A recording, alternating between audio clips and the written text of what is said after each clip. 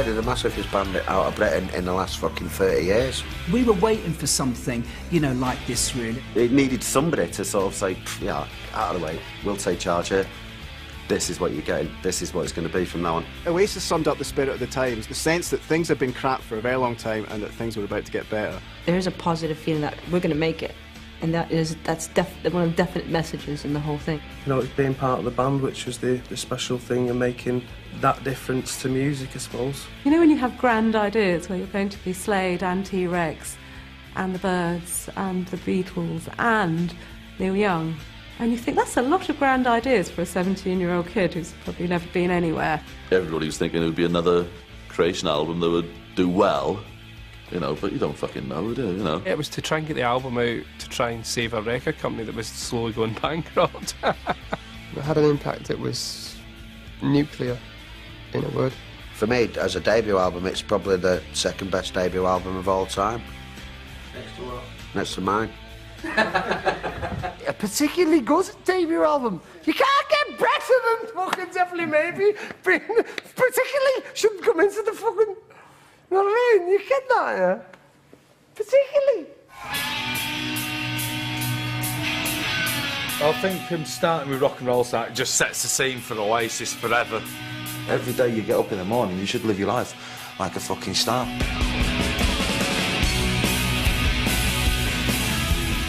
You're young and, you know, you don't have any money and you want to be in a rock and roll band. You know, great pull-you-in sort of song, really. Says it all, doesn't it? So I'm a rock and roll star. I live my life in the city.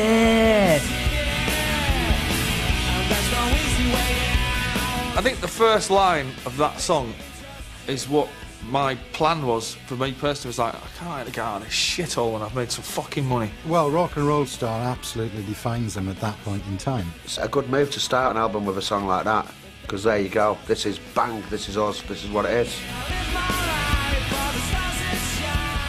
I remember the first time I heard it was in a rehearsing room in the Boardwalk, I think, and he played it and I thought, yeah, it sounds fucking great. It's like The Who a little bit towards the end, and I like the waltzy bit at the end.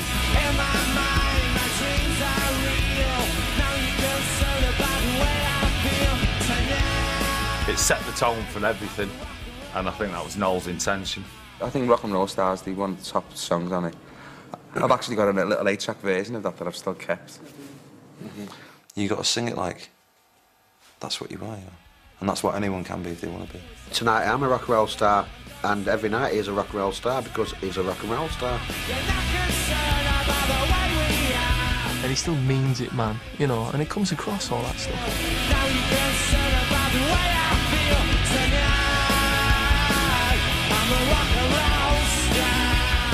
Tonight I'm a rock and roll star, and, you know, pretty damn soon he and they were rock and roll stars. We were in a band at the time, The Real People, still are. We were touring with the Inspirals, must have been around 92 or something. I started getting on really well with Noel. He told me that he was in a band with his brother.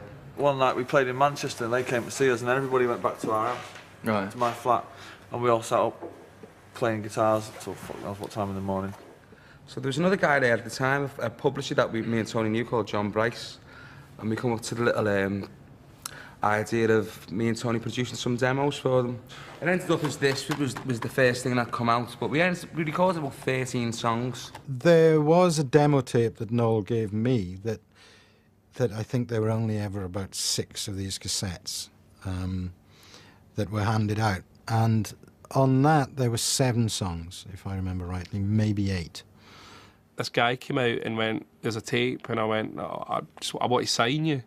And he went, and you should listen to the tape. And I went, okay, but I want to sign you. How did we go about and get his deal? We didn't go out anyway. It was just one of them things. And we're lucky enough that it happened. Hurrah! But it's very interesting listening to it. On one hand, it sounds... sometimes it sounds a bit naive sometimes, but it's so strong. You know, it's just pure quality all the way. Basically drawing on, you know, all the great rock and roll music from the Beatles through to Slade, through to, you know, the Sex Pistols. We were thinking something's going to happen here with this.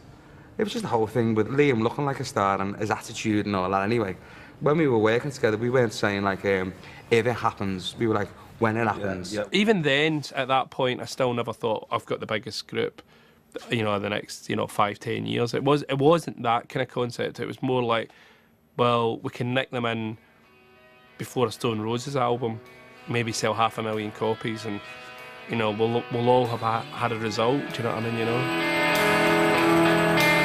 It was a crossover record. Everybody liked it. It was Radio 2 all day long, with some very menacing lyrics underneath.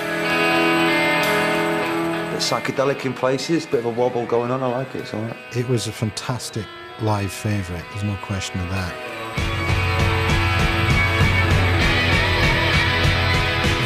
I was surprised it did better than Supersonic in a way. The sheer gall, even of, you know, ripping off the Coca-Cola song. Genius, I think. I mean, it's 12 Bar Blues, isn't it? Funnily enough, it sounds like when you hear Supersonic and that together, and they were the first two singles, that, oh, hang on a minute, it's some lunatic who's just writing random nonsense about plasticine and fucking, you know, traffic lights and, you know, My Friend Mr. Soft and all that. And most of that stuff about traffic lights and My Friend Mr. Soft are all from adverts. And Shaker Maker is a toy from the 70s that I used to have, a Shaker Maker. Shake Maker was a piece of piss. It was kind of their best recording. The only thing we did on that was change that verse on the mastering. Shaker Maker to me just reminds me of the Coca-Cola song, because obviously that's the version they always used to sing.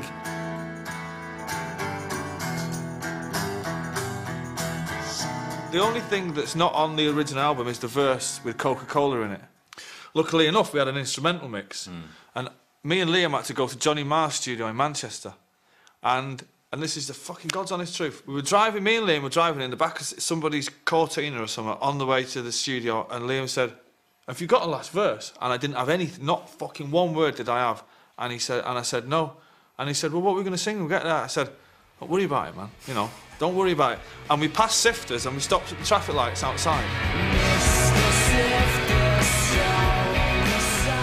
And just fucking sat in the back and wrote it in my head. And then Liam went into Johnny's studio, sung it. It took about, I don't know, 10 minutes. And that was that. But it seems like I didn't spend much time writing any fucking lyrics at the time. No. It was described at the time that this is a piss take, surely, somebody said in one of the magazines. Which of course it was. Just the fact that at the end he sounds like he's going, "Shake along with me, shake along with them."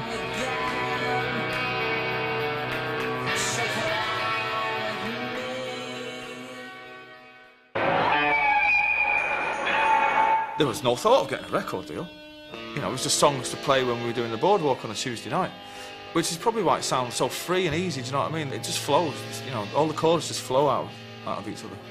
You know, like rock and roll star, I'm gonna be rock and roll star, I want to live forever. You know, cigarettes and alcohol, all things like that we were saying for the very first time. And I still hold all those dreams and aspirations to this day. I think he had 50 songs when he met me, and he used to lie, and he used to tell me that he'd just written one on the train. And I think the guy had been writing for about 5 years before he met me, and he had about 50 songs, and he had the first 2 albums. I haven't seen your face round since I was a kid. You're bringing back those memories of the things that we did. He worked in for Gas Board, I think, and he worked in like where they went for parts, and he was dishing bits out and signing things in and out and that. And he used to have his guitar in there, and he said he used to just write songs while they were in there. So I reckon he had a lot of songs wrote. I wasn't trying to impress anybody with my lyrical prowess, you know. I didn't give a fuck about that. And I wasn't trying to make a point, and I wasn't trying to build myself a platform where I could go and preach to the nation about this, that and the other. I was writing about things that were true to me, and it's about shagging, drinking and taking drugs. In no way, I think, is he, certainly on this record, is he attempting to conceal where, you know, the sources of his inspiration. It's quite transparent. You can give me the dreams that are mine anyway. You could probably take the most original bands of their time, and you know, they're only playing what they've heard in their record collections. All right, they might have a more eclectic record collection than you had, but my record collection consisted of the Beatles, the Stones, T-Rex, David Bowie, and lots of great hits, and that's what I used to listen to. I'm fucking arsed about fucking extra tracks on a fucking Pink Floyd bootleg from 1972. Give a shit, man. You know, I'd rather fucking listen to I'm the Walrus 20 times in a row. I think we were out with the Inspiral Carpets, and I was just buying, you know, you got the truck stops in America, and you get, you know, just buying cassettes for 50 cents and what have you. And I got a Bee Gees compilation that I think it was something like 69 through 71 or something, and it was just amazing. I'd never heard anything like it. I'd never heard the early Bee Gees stuff, and Noel was like, oh, you've got to get that Yellow album, you know, the Yellow greatest hits with all the stuff like Massachusetts and the 60s Bee Gees stuff, which is really, really good.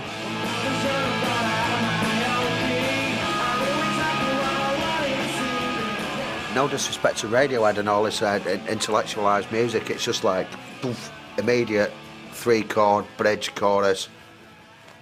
You know, people don't want to get the logarithm tables out when it comes to music. They want something that's right in your face, right at you. And that was, and they fulfilled all criteria on that one, you know. I think that's what rock and roll is. I mean, it's not reinventing the wheel, and it's not art school rock, you know. And you leave that to other bands who are really good at doing that. And bless them, a lot of them are British, and let them get on with it. The signature tune of Definitely Maybe for me is probably Live Forever. I mean, it's still my favourite Oasis tune, and it always was in the beginning anyway. After Supersonic and Shaker Maker, it was the one where people went, actually, there's fucking something here, you can't argue with that. It's just, it's there. Noel's arrangements and structures are fucking pop-tastic, you know, it's fucking like ABBA or something, you know, he's Beatles fanatic, isn't he? They're perfect, like, fucking 16-bar intros and all that, and perfect arrangements. Live Forever's the most famous track, and to use an industry well-worn term, it's probably the most crossover track on the album. For me, that song could keep going, you know, it's like, keep going, don't stop, you know, keep getting bigger till it's just out there, you know. Maybe I don't really want to know. I think from Liam or something, shouldn't it be Baby? Like, no, it shouldn't be Baby, you know. Maybe. That sounds fucking stupid. I'm not writing any tunes with Baby and Baby. It's actually one of my favourites, actually. I don't know what it means to me.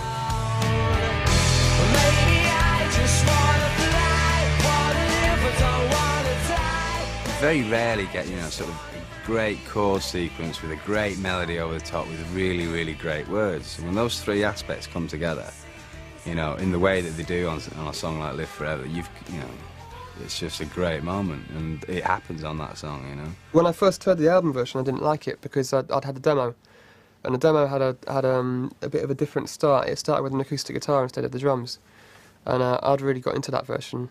I think Owen just chopped all that out and just had it starting with the drums. And it just comes straight in with the Maybe. And all I remember doing is fucking cutting out the second half of Noel's guitar solo, which really upset him. Because I thought it was a bit like fucking Slash from Guns N' Roses. The most important line of that song is we see things that they'll never see, and that you can, when you've got two childhood friends, you know what I mean. You get the jokes that nobody else gets. It makes me feel quite proud when you see these lists, 500 greatest songs of all time or 1,000 greatest songs of all time, and it's always in there. It's always in the top 10.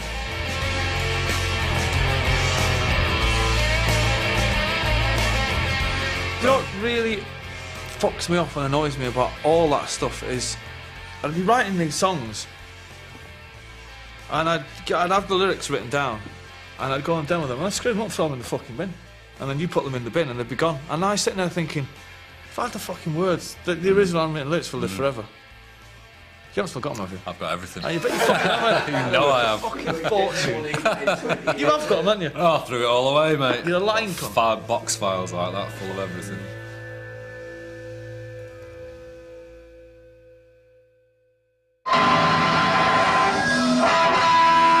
We've done the album, it took us 3 times to do the album because it weren't right. We've got people mixing it. We've got a producer there who's produced the Kinks and that. They weren't right for us, you know what I mean, like that day. So we went and spent loads of money, decided he weren't right, sacked him, got another engineer in. He was alright, he really couldn't mix it and that, you know what I mean? So we sacked that cunt, and then we had to do it like 3 times, spent a lot of money on it, but it was right because we wanted it right.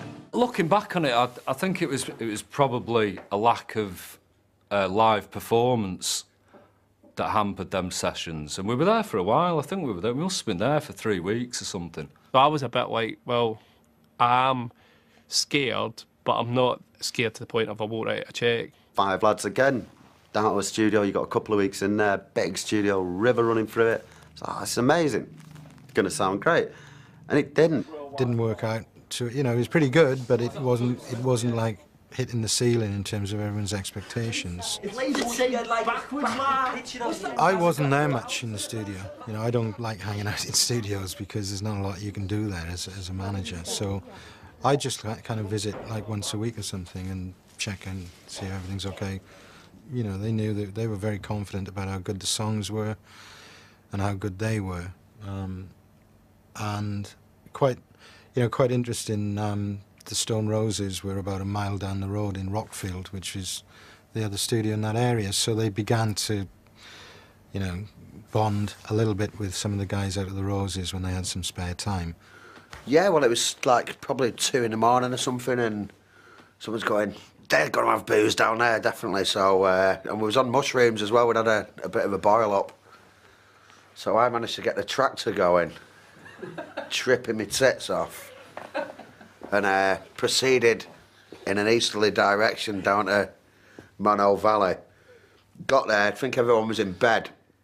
So then went skulking round people's rooms while they were asleep. And I think I've spotted a big nugget of hashish by the side of somebody's bed. And I think I was reaching over to grab it. And they were like, I was just petrified because I think I'd give them this ghost story thing a few days earlier about the ghost of Mono Valley and stuff. In Mono Valley, I think they found it a bit weird because there was separate areas. The way the producer wanted to do it was say, like, the drums go in that room or behind that screen, the bass go over there, and that kind of thing, which I think weirded him out a little bit. There was no live music going on. It was all, you know, it'd be, you know, drums, then bass, then guitar, and it wasn't what anybody was used to. I remember being in this big old sort of churchy kind of a hallway thing, big ceiling going on and all that. I couldn't see any of the band, and we were separated, and there was something that wasn't quite happening. I actually thought when we was in Mono Valley that it sounded all right, but of course I'd never actually heard the band live because we were always on stage, and he was going, it's just not right, you know. And Alan McGee was going, it doesn't sound like you lot. So we were sort of taking their word for it, really. The deliveries was all good. It was just the way it was. I think it was just the the actual vibe of the thing and the way it sounded. It just sounded soft. It didn't sound, you know, there was no edge to it. It was a good couple of weeks before it was decided we were going to scrap it, wasn't it? Yeah. Because we were in with Dave first, weren't we? We'd started mixing with Dave. Did we? Right. Yeah, and then Angelique came as it's like I say, it's sort of like the safe option from creation, wasn't it? And they said, that's it. We're going to make a big decision here. We're going to scrap everything. We're going to start again. Your music's coming out of a speaker which is the size of your fucking house. Yeah. You know, I mean, it's going to sound great. Yeah. You know, even Frank Zappa. And you're like, you stood there and you go, wow, man, it's just fucking monumental. And everyone's going, yeah, great. And then when you stick it in the car, you just go, actually, it sounds fucking rubbish when it's coming out now, doesn't it? I've got a version at home. It was terribly, terribly dry, and it's nice. I mean, some people I played it to at the time preferred it. I don't think it would have been the hit album it is now. But in a way, because it was a little bit more understated, it was much drier. Wasn't in any way representative of what they were at that time. I think a lot of it was more with Noel, sort of Marcus, Alan McGee, just panic stations, you know, listening back to monitor mixes, just going, this ain't happening. After a couple of weeks of deliberations, they decided to basically start it all again. I'll always respect McGee for that. He just said, look, you know, fucking go and do it again. And we were like, you sure? And he was like, just go and do it again because you've got to get it right. And it was at that meeting that it was decided that I was going to co-produce the record with the band. Well, I take that back, actually, co-produce it with Noel. Well, the whole thing, when you're inside, it's a bit like Rain, and it's a bit like Paper Back Writer from that 66 period, the Beatles, 65, 66, which we listened to fucking shitload. Thrashed it. Revolver, fucking hell, man. We listened to that record all day and all night, every day and every night. Scouse cunts. If you ever listen to Up in the Sky, the old mix of that was far more psychedelic. That was the one with the backwards guitars.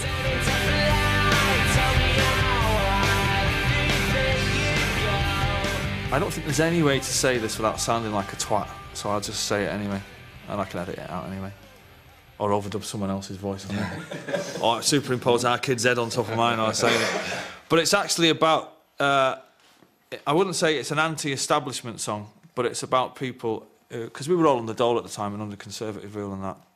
And it was about establishment figures who didn't really have a clue about how people were living in England at that time and what people had done to the country, you know. And it was, yeah, and it was quite an angry song to quite a happy tune.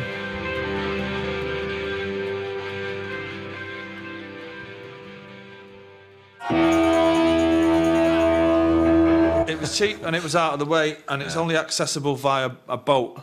They didn't tell me that you had to put the gear on a boat to get it there. It was like they'd kept that one as a surprise. And even when I phoned the guy and go like, don't come any later than 4 o'clock. And I'm going like, well, you know, maybe it's because it's getting dark or something like that, you know. Of course, when somebody says, oh, it's fucking great, this boat comes and picks you up, you know, and you go, fantastic, we went to the fucking studio by a boat. And of course, this boat's about the size of this fucking chair. And there's some bloke on the back with a little engine.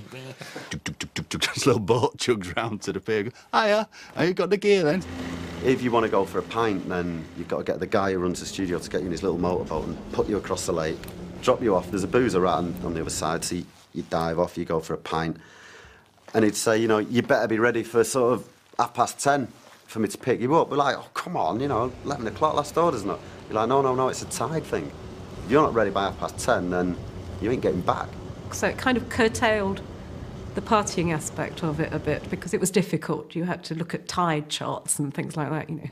I just remember being Griggs with his bass amp, fucking freezing, middle of January, wind blowing, as the tide's going down and like the mud's coming up this thing, and we're going, this is not fucking like it was in the films. Bizarre, Elvis, I bet Bono never had to fucking do this. And they were quite funny. They were just like boys that had gone to camp or something for the first time. You know, it was like a holiday for us. It's just some getting out of the house, you know what I mean? That was it. Can I have bangers and mash for my tea, please? That's what they were like, you know, and where's the jelly? And I thought I was on a school trip, to be honest. It wasn't palatial, no. It was all pretty cramped in and no frills, you know. Tiny room with a pool table, TV room, and that was it, you know. I slept in a sleeping bag by the table football thing, I think. Or by the pool table, I'm not quite sure. We were all very real, you know what I mean? No hotels and all that bobbins, you know. It was just done really, really quickly. And we weren't up all night. There was none of that going on. They were doing drugs. They were doing drugs. They weren't doing as much drugs. I've got no idea how bad the drugs got. But they were just funny. They were very, very funny and they were very refreshing. I remember getting on a boat and going to the studio. Can't remember anything else. Don't even remember coming back. You know, we were finishing sort of 11ish at night, we were in bed at 12, up with the alarm calling, playing the guitar on 10, or the guitar or the bass. And we just hit the ground running. And Yeah, I think because we'd done the album once already, we'd worked out all the parts. And we had it going on pretty much straight away, didn't we? Absolutely. First day, we were recording straight away. But we set it up in a way that we understood. We just set it up like a rehearsal room or, you know, or like a gig. We didn't use any posh microphones or anything. We It didn't was have all any, we didn't have any headphones. no headphones. No headphones. Just the fact that, you know, each and every one of you were in that room, you could see each other, a lot of eye contact. It was what we always did, playing a room together. And it was always made clear that there was supposed to be leakage. You know, like if you took an instrument out, you'd still hear it. And this was part of the philosophy. You know, this was not to be taken away. Liam was down the end of the room, behind the glass door. Drums in the middle. I fucking love that, because it looked like he was in prison. He'd be there with his headphones on and he'd be shouting and he'd be like, I can't fucking hear you. Get on that, I can't hear you. And he was just singing there, and then we'd stop, and then we'd either get the thumbs up, and then we'd go, Liam, did you get it? And he'd pretty much, it was like 1 or 2 takes, and it was all there, wasn't it? Once you got him going, off he'd go. You'd go take 1, take 2, take 3, and you'd just keep singing. So always in tune, never out of tune. It wasn't much more than a week, 5 days. It was fast. You know, we did work quite hard. Much more comfortable place to work with, and it worked. You know, we were having problems mixing it as well, and we tried tracks and it just wasn't quite working, and in the end it went to Owen Morris, and he mixed it, and then it came to life again. You could tell the lyrics were written in Liverpool. It's very Scouse to say, there we were, but now here we are. I love Colombia. It's awesome. It's all this confusing, not the same to me. It was always my favourite song to play live. Always. I just like it because it's got a bit of a groove in it as well. And they don't change. It just keeps going. 3 chords, it's just grooving along.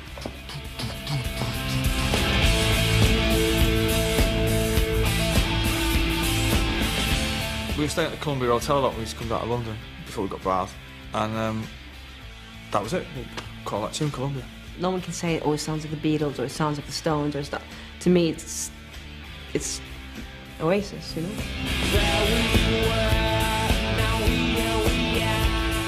Columbia was a demo of the original demo tape, and we'd stuck that out, and Radio 1 had played that about 20 times.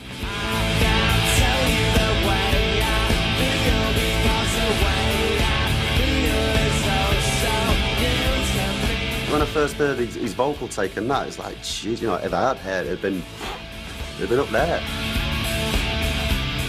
We just played for about a minute before we come on, and then Liam would walk on and make his dramatic entrance, like Nosferatu. It's a one-man clapping at the back. He'd go like that. Ian Brown! Ian Brown!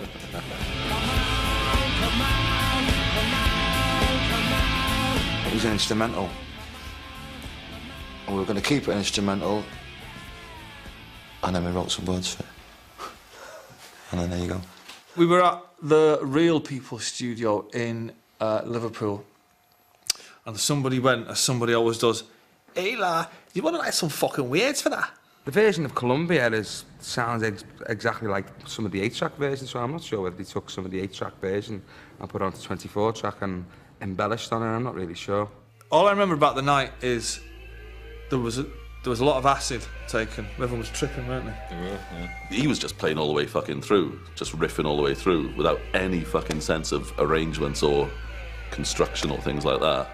Tons of ideas, obviously fucking loads of ideas, but, you know, no fucking sense of how to make a record. Everyone was tripping in the studio. We'd done the demo that subsequently ended up getting about 50 plays on fucking Radio 1, all cabbaged beyond fucking belief.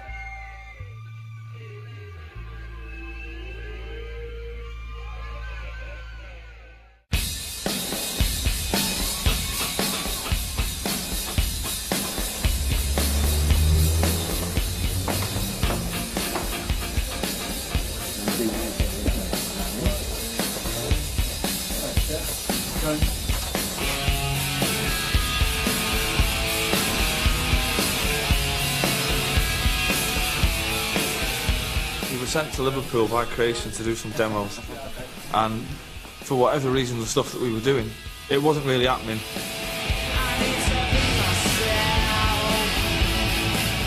Bring It On Down was going to be our first, Alan McGee wanted it to be our first single, and we come here to do that, and we couldn't get, funnily enough, we couldn't get the drumming right.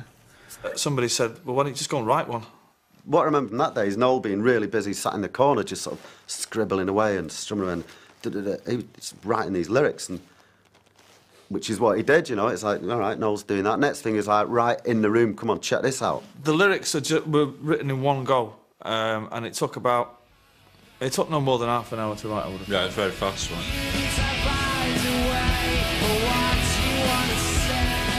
I would play it through on acoustic guitar, and everybody would I think Bonehead and Griggs would then start writing the chords down, because I don't know what chords are. I was just left there, and I just wrote the first things that came into my head. And then over just went, there you fucking go, supersonic. Do that, change that, right, press record, let's go, and we did it, and it was done in the day.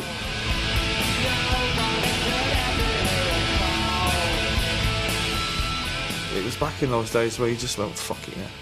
So I went in the back and wrote the song, and then we just said, well, if we don't get anything to show creation, well, at least we've gone in there and we've got a new tune. At least they won't think we're a bunch of chances. And the version that they demoed that day is the version. They've never re-recorded it ever. It, you know, it costs like 200 quid to record it. The version of it was so fucking good, man, that, you know, why try and recreate genius? We left here that night and listened to it in the car on the way home about 20 times. I was like, fucking hell, man, that sounds mega. Coyley went, yeah, get on this song. They've just done this today and put it on it. That was the moment we both went, it's got to be unstoppable now. It's great because it's just too slow. And I like that. That was one of the things that got me about it all. It all just seemed a little bit like you're trying to walk through the swimming pool. I want to be myself, don't want to be no one else. There you go, statement of intent. Great attitude. I think the lyrics are pretty funny. I like all the lyrics about the dog, isn't it?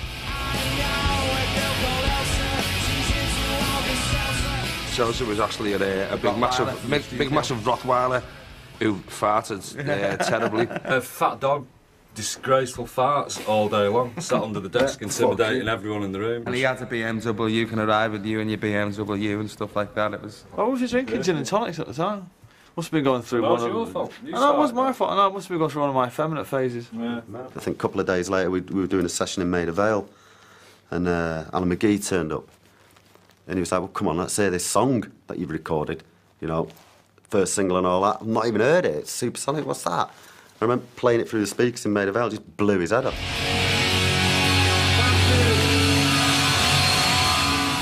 It's still probably my favourite Oasis song out of them all. For that reason, really, because we didn't invest a lot of time in it, neither mixing it, writing it, or fucking playing it. When we went up to McGee's flat that night, and we'd been mixing Columbia for about, I think it was about the 100th mix, and we got there, and before we pressed play on the tape recorder, we said, before we start, this is the fucking bollocks, wait till you hear this, and if you don't fucking like this, me and him are washing our hands of the album and you're going to have to get somebody else to mix it. And it come on and we sat there, and the minute it fucking come on, the pair of us just went, it sounds fucking awful. It was fucking rubbish, and of course McGee's like, ah, we're going to have to get someone else to mix it. Well, I'd met Noel about a year before with Johnny Marr, 'cause I was working for Johnny Marr, and I just thought he was some scrawny fucking drug dealer, really, and I didn't take him seriously at all. And we'd heard about this cocky fucking kid who thought he could sing like John Lennon and fucking John Lydon. Turned out to be Liam, of course. And I saw them at the Borderline. Was it the Borderline? Something like that? Boardwalk. They were kind of ramshackle, but really together. Do you know what I mean? It's kind of like almost skiffly in a funny way. Well, I just turned up in Loco Studios in Wales. We did a weekend. We did Rock and Roll Star in Columbia first. And Liam had to sing Rock and Roll Star. I don't think there was a vocal on it. So he sang that just straight off, a couple of takes. Told him he sounded like John Lennon, so he thought I was fucking great, you know. John Lennon and John Lydon are the best vocalists, and if I'm in somewhere in between, I'll be very happy, man. And he was happy. Noel did a bit of singing on it, and I just mixed it. The first factor definitely maybe that should be acknowledged is Owen Morris really was, like, he took the record and he really did give it an aggression. Most of the mixing was out of necessity, all the ultra compression, so you just get a sort of wall of noise. He knew how to mix records. I mean, he'd made a lot of records anyway. We just didn't basically know what we were doing. So we got passed off to Owen, and he finished it off just like that, dead fast. We were out touring, and we would be in the back of the van, and the cassettes would turn up by courier from like our office, and it'd be mixed a slide away, and we'd all stick it on. And it's the only time we've actually given something away to mix and not been involved in any of the mixing. And he sent it back, and we were just going, fucking, that's it. That's it. Yeah. Who is he? You know. Subsequently found out his Welsh was a bit of a disappointment, but you know. The way that the album sounds like it does is because I think that we were trying to mix it, and of course we were trying to get everything that we'd recorded into the mix somewhere, and it wasn't quite sounding right. So of course Owen had never seen the band, so we sent it to Owen to mix, and he just took all the best ones. And when it came back, we were just going, oh, well, there you fucking go, you see. And he just made sure that that everything was there somewhere. Well, I remember him phoning up Marcus and saying, there's one song here, it's got 17 guitar solos on it, all going on at the same time. And Marcus was phoning me going, which one of these is the one? I was fucking all of them. What's all about, man? I'm all in. Mastering it, I was the first cunt. I'll take this credit on this to do something called brick walling mastering, where there was a new box out at the time, and I was the first person to make CDs be fucking on the red line constantly. There are no dynamics. There are no, like, it's just full on all the fucking way. If he's now creating his own method called the brick wall method, I'd love him to explain that on camera to me and the fucking box, the brick wall box, because if they're for sale, then I would like one. It worked in fucking jukeboxes around the country, man, for that first fucking year. Oasis came on louder than everybody else, and it was fucking fantastic.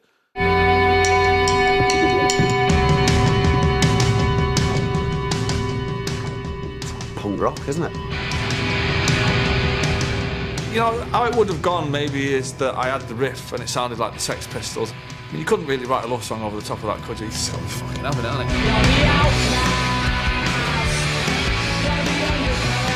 The underclass is maybe thinking about us, really. You know, being on the dole and all that.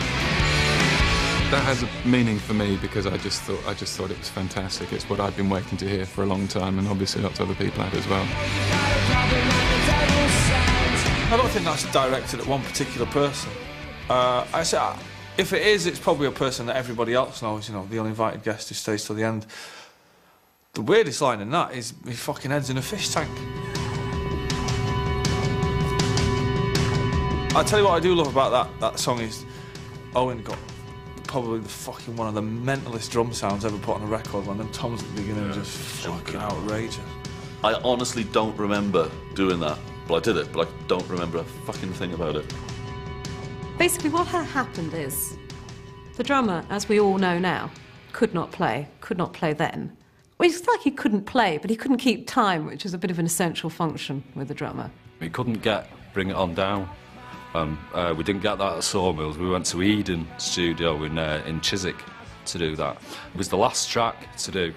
It was the only one we had to nail, and we couldn't get it. And we actually hired another drummer for the afternoon to do it. I've been telling or asking Tony for, it's got to be fucking getting on 2 years. It goes like this. And then, of course, when this drummer come down and he's playing it, and Tony sort of stood there, and it must have been awful for him, but you know.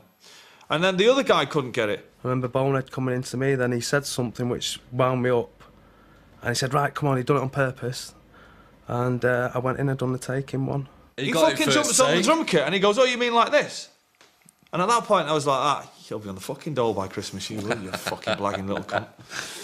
I knew that Tony McCarroll, bless him, was not Buddy Rich. You know, I knew the guy wasn't the greatest person to ever pick up 2 sticks. But it didn't matter, because he was exactly right for those songs. He had to go when he had to go, because he could never have made the second record.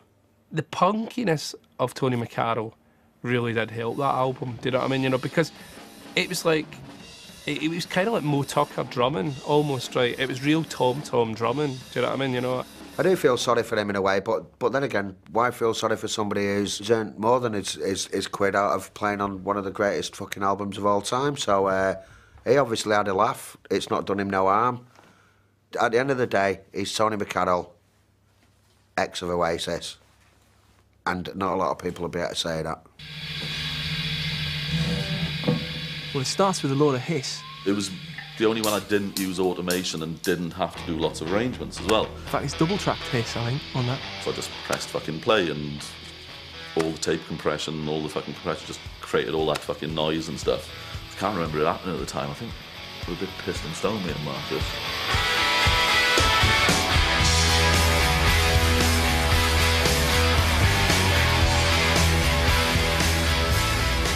Alan McGee went mental for that when he heard it. He was just going, that is the best social comment anybody's made in 20 years of music. I mean, there aren't many Oasis songs with any sort of subconscious or otherwise elements of political dissent in there, but that was definitely one of them. Is it worth the aggravation to find yourself a job when there's nothing worth working for? That spoke to me as a aged has-been, let alone a sort of 16-year-old living in a council estate in Manchester. England was in the fucking toilet, man. It was a horrible place to be. Just personified what a lot of kids were feeling and thinking at that time. You can wait for a lifetime to spend your days in the sunshine. You might as well do the white life. Good tune. The only band to get a record in the top 10 that advocates cocaine use. And it fucking amazes me how we fucking snuck that past Radio 1. You gotta make it happen. Only me and Marcus there in the mixing, which was fucking great as well. No band members around, no egos, do what you want, you know, turn Bowen it up rather than fucking Noel and all this sort of stuff, you know. I like ad-libs and bits that people think, what's that fucking noise? And there's lots of stuff like that on subsequent albums. I don't think there's much of that on Definitely Maybe, apart from the hiss that Owen left on. Did Owen tell you he invented hiss? We were sort of bracing ourselves for a number fucking 35 or something. It went higher in than Live Forever. And I think at that point it was decided that we should fucking strap in the seatbelts. It's gonna get fucking wild from here on in.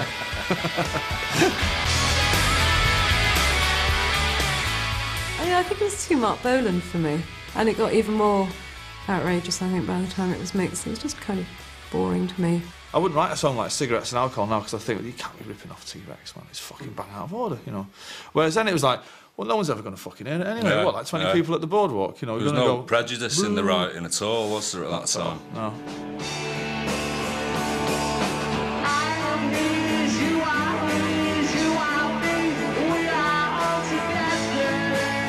I suppose if there is an influence on the lyric writing around that time, it was the sheer nonsense of I'm the Walrus, you know, because we used to, that was a very fucking big song of ours.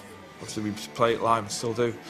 And even though John Lennon's got this in his later days, in his solo stuff, he was quite confessional, you know, mother and all that, mother. And but in the Beatles, it was all, you know, what the fuck were they singing about? Obladi, oblada? Yeah.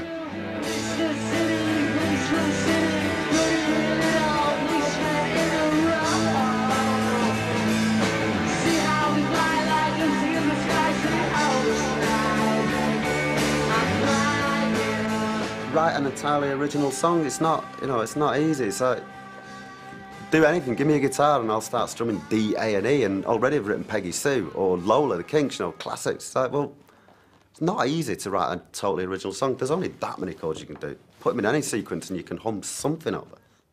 What Noel did, I think, was actually not trying to be too clever about it. And in so doing, he was actually being pretty damn smart, really. It's like, okay, yeah, I took it from there, I took that bit from there, and then I put them all together and made this. And this is brilliant, and you can't deny it. I think he's had a real hard time on that, because the same finger could be pointed at, you know, dozens of other bands and songwriters. The difference is they're not successful, and Noel is. I've been called up a few times by the lawyers at Sony and been played stuff by other bands. Big charts, you know, and they've said, well, we'd have a case here. And I was like, I'm not going to sue anybody, you know. A few people have sued me, and that's, you know, that's bad karma on their behalf, but I wouldn't phone up somebody and say, you know, you've ripped off my song.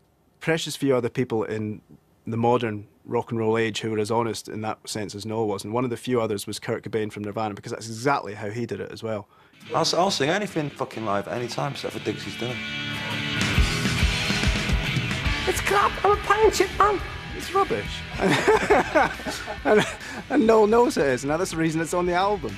It's like, right, go round to yours for tea and we'll have lasagna. Let's have it. And he did it. Fucking diddly digsy dairy. I don't do that. I've never had, I fucking ate the meal. He was once described to me as, you meet him, it's like opening a bag of monkeys. Oh, weird. I love you. Oh, I get that, man, about you. That's exactly what he's like. He's a funny fella. It's chaos. I'm just there to fucking take the drugs and fucking drink all that ale. Brilliant. He's Brilliant fabulous songwriter. singer, songwriter, amazing. But he sings these songs with possibly the most offensive, vicious lyrics about kids and women and fucking his mates and his next door mate. He fucking hates everybody. So one night, fucking we're off our cakes, fucking Noel's on drums. So I'm just singing here, guess what I had for my tea, guess what I had for my tea. It was lasagna! And we're just going off our cake, Noel's laughing. Quicky's on bass, Noel's laughing his tits off. It was lasagna, it was lasagna, lasagna. He's screaming lasagna for ages and I'm flailing about on the fucking drums. Noel goes, what's that tune you fucking about lasagna? Do I know? Went away and wrote, you know, I died the tune.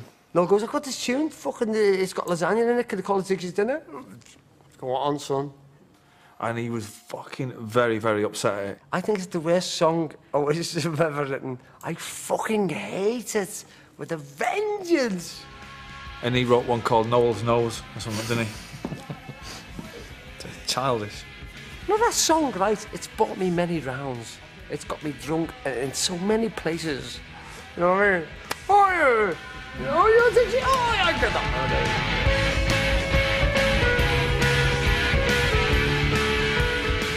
It's got one line in it though that for me just makes the whole song. These could be the best days of our lives. Yeah. No matter what you think about the song, maybe a bit of quirk or a little piano solo. Oh, there's a it's piano just in it, it's just all wiped away with that one line. Is the song for me. I remember reading in the Japanese version of the CD. They have the lyrics printed in Japanese and they have it in their interpretation of them in English. It's what's in for Diggsy's dinner. Fucking stunning. No, I said, God, who is Diggsy? I was like, do you know what? It's a question he fucking asks himself every morning when he gets up. Oh, it's Dixie, lasagna, fuck off.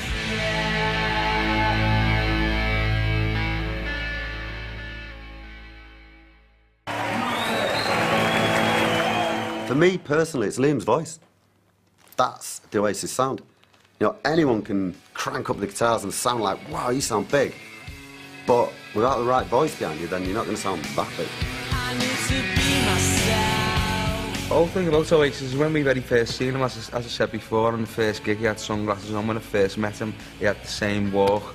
With me, Liam's always been a real deal. I mean, the lasting impression I had, I guess, of that first gig was Liam, because they were crowded onto this really small stage, and logically, the singer stands at the front, and even if Liam had been standing at the back, he would have been the person that you looked at.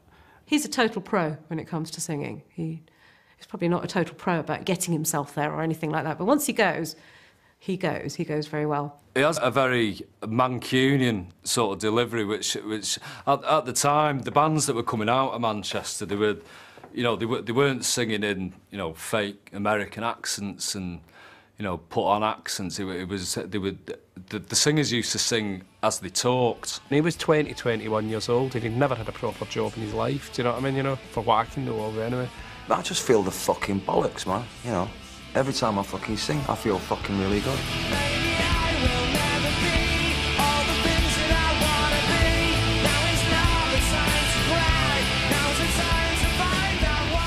He was very characteristic and distinctive from the off, from the first time I heard him sing, but certainly as the band got more recognition and more fans, he felt more comfortable about going his own way. I was listening to a lot of demos recently from that period, and Liam his singing's really gentle. It's not at all what it's like, but he developed fast as well.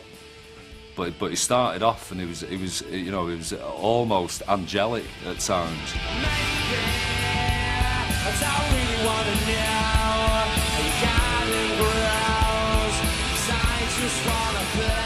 He can put nuances in another way, Live Forever is such a classic example of him just doing a straightforward ballad in quite a touching way.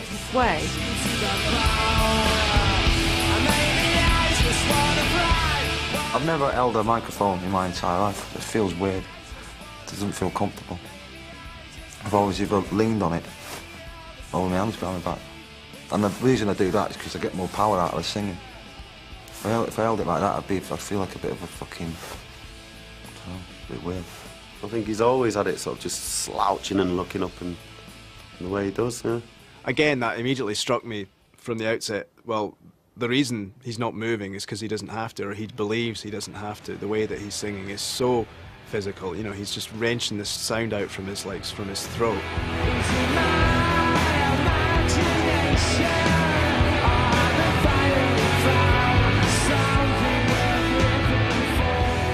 It's just like holding notes, you know, and certain things. I don't like to go, is it my imagination? To me, it's boring, you know. We were doing a radio session up in Manchester, and we were doing cigarettes and alcohol. It went out live on the radio, I think, and he done the sunshine bit for the first time. And when we heard it back, he went, he didn't like it at first, and he was sort of, I don't know about that. And it seemed like within seconds, McGee was on the phone, and he went, "Where did the sunshine bit come from?" And I went, "I don't know." He went, "Tell me, keep it. It's fucking great." And of course now he's fucking does it on everything. Oh, yeah. Even when he's talking to you. Yeah. We're going out for a pint. I think he's a pretty unique singer, really, in rock and roll terms. You know, he was one of the rock voices of the last sort of 10, 20 years. He has no fear. If he's got to go from this note to that note, he'll go from this note to that note. It's the sign of a great album when it's got an album track that wasn't a single that everyone goes on about. That's like, you've always got to have one of them for the fans. Apparently they've done it. I don't know whether that was part of the album sessions, but I've heard that that was the vocal, and they had to kind of build stuff around it. Or, you know, when you're trying to get a track right, it was like, well, that's a keeper, you know, and it is. It's amazing.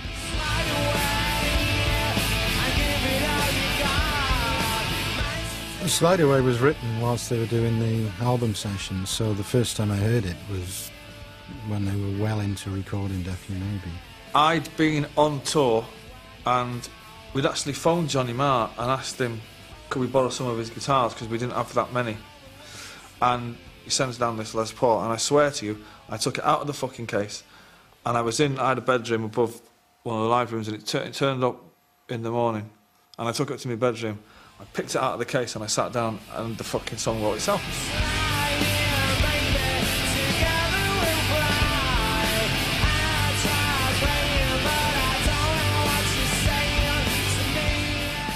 Best ever vocal delivery, I think, that Liam's ever got in his life. Fantastic vocal. Amazing. Like, means it. It's a good tune, man. I like singing it, you know.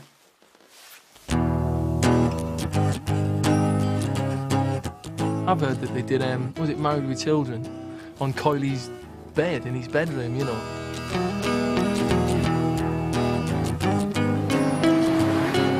Well, the equipment was appalling, wasn't it, you know? It wasn't even a 4 Out track. of 8 tracks, you know, 3 weren't working, it was, you know, it was that time to settle. There's no need for you to say you're sorry. Goodbye, I'm going home. I think the whole vibe of the song would have been lost if you tried to recreate it in a posh 24-track studio. You know, the whole spirit of the song. It works, and when it works, it's charming, and when it's charming, it goes on the record. You know? If it's about anything, it's about your girlfriend. Not mine, but, you know, about people's girlfriends. But just the sound that he got out of that guitar, it's like, well, what's that? What's the guitar you're playing? What's the acoustic? The guitar that's actually played on, the Gretsch Country Gent, actually is a Stone Roses guitar. It used to belong, it's John's Country Gent that was round at your house. Hey, it's great how they got this really dry sound. It's probably because he's got a fluffy duvet or something, you know. Because Liam was on he was on the turn with his vocal at that point as well, with you saying it's quite a sweet vocal. Well, he used to have a really sweet voice. I remember everyone downstairs playing Frustration, and we were going up the stairs to record this song. And we sat on his bed and recorded it. It was done pretty quick. It took us about half an hour. And it will be nice. And it's great to have something on the album that is a link between when they were demoing with Coyley and the finished album.